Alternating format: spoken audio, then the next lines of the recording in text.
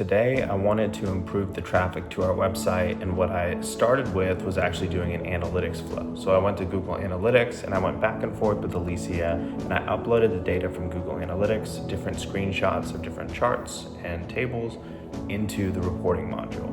That trained Elysia on the business and on what's actually going on, and then she helped me to identify in the Google Search Console that actually I was having some issues with my videos indexing. Videos are a really core part of AI-driven SEO, so it's really important for me for those videos to index.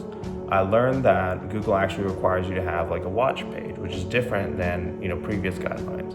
So I updated that within our website, I published it, and then I went back to Google and I reprompted it so that it would update its recognition of these new pages and so that my videos would index. It took me an hour to accomplish this front to back, and I think that's a testament to how effective you can be in marketing in just a short amount of time.